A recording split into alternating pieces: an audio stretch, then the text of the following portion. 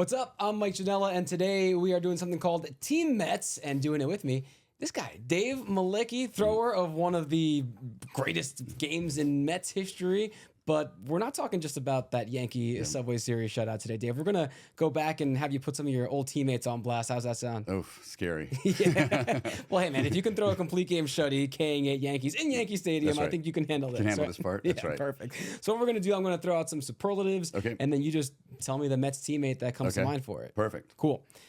All right, first one. Who was the smartest guy you played with? Could be baseball IQ, could be, crosswords in the clubhouse. Man, Jerry Dipoto. He did crosswords all the time. That's all he did. That and dip and makes sense how how he's turned out now. Right? Exactly. Yeah, he was one of the smartest guys I knew. Man, all right, Jerry Dipoto. Well, shout out. Busy season for him every season. That's it seems like. So now we know where it all came from. Which of your teammates had the best taste in music?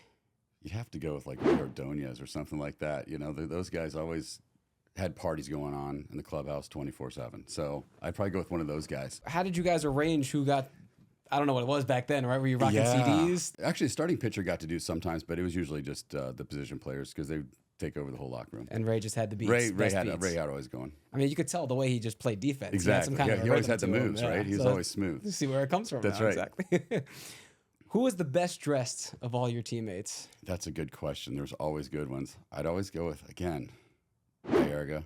He was a good one. Art Gilkey always had some clothes on. Like what? What kind of stuff were they wearing? Just like suits and stuff like that. You know what I mean? And Franco, Johnny's always. Yeah. John, everyone always thinks of the old, the old T-shirt. Yeah, but we'd go on the road and stuff. He'd always buy a suit or something like that. He always looked just crisp and nice. The way you're supposed to.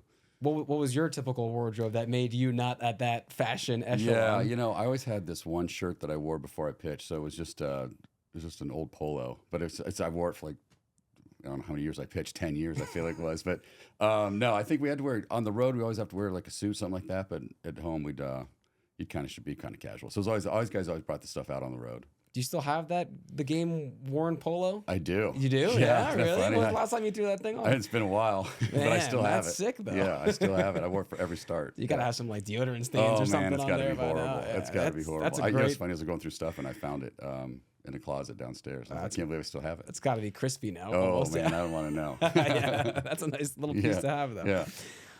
Obviously, you guys are professional athletes. You're always thinking about nutrition and getting everything right in terms of what you put into your body. But we all have our cheat days, our cheat meals. Yeah. Who had kind of the craziest diet outside of when you guys were locked in? That's a great question. Here in New York, it's tough because you have so much great food, right? I don't know how you play here without just going out to eat every single night. You don't. So everyone had a lot of pasta. So I don't know. I think nutrition's gone a long way from where it was then to now.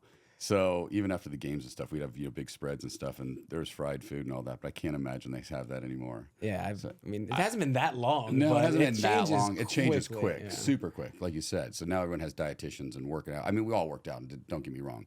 But I think now they're finding out that diet makes such a big difference. So you just be getting ready for a game, just like spaghetti, fried chicken. I'd always have steak the night before, something like that, or then have carbs with it or like that. But then I always have cheat days after that. After when you're done, that next day, always Chinese food, whatever. Now nothing beats a little General Tso's. That's right, roll. exactly, Yeah, exactly. I love that. Which of your teammates had the coolest car? Ooh, good question. Saberhagen. What did Brett drive? He had, it was Saber? Yeah, he had a purple Porsche. A purple Porsche? Yeah. That's a flex. Yeah, it was. I remember he had a Porsche when we were going out to see his house out in Long Island one time. And Long Island. And saw that thing out there. I was like, he was styling. And Bobby Bo had some good ones too. That I think I would guess more because Bobby always had that personality. What were some rides that you remember of his? Man, I think he was a Mercedes guy. He always had the convertible Mercedes or something like that. So, but those were the big ones. Oh man, I can't believe Brett Saberhagen, purple Porsche. I know. I've never put those two together. It doesn't exactly Man, right. Did you get to ride shotgun ever? I did. Ooh, how was that? It's purple Porsche. Yeah. Draw some attention. Right, you got to be good. All athletes, baseball or wise, you get focused, especially starting pitcher. Your day of, you're locked in. Who was the most intense though of all your teammates? Man, Like each day, you mean, or do you like a Yeah, on the start, day to day, like who's that person that they're a little bit high strung. That is a good question. Everyone was kind of even keel. Like it was always pretty. Everyone was kind of having fun doing stuff until right before the game started. It's like I think pitchers were a little intense just because we had to focus all day, and then they could take batting practice and do that stuff. Hundley, he was always, it's funny because he was so low key, but then once the game came on, he was always just locked in. So I think he was like that, and I don't know.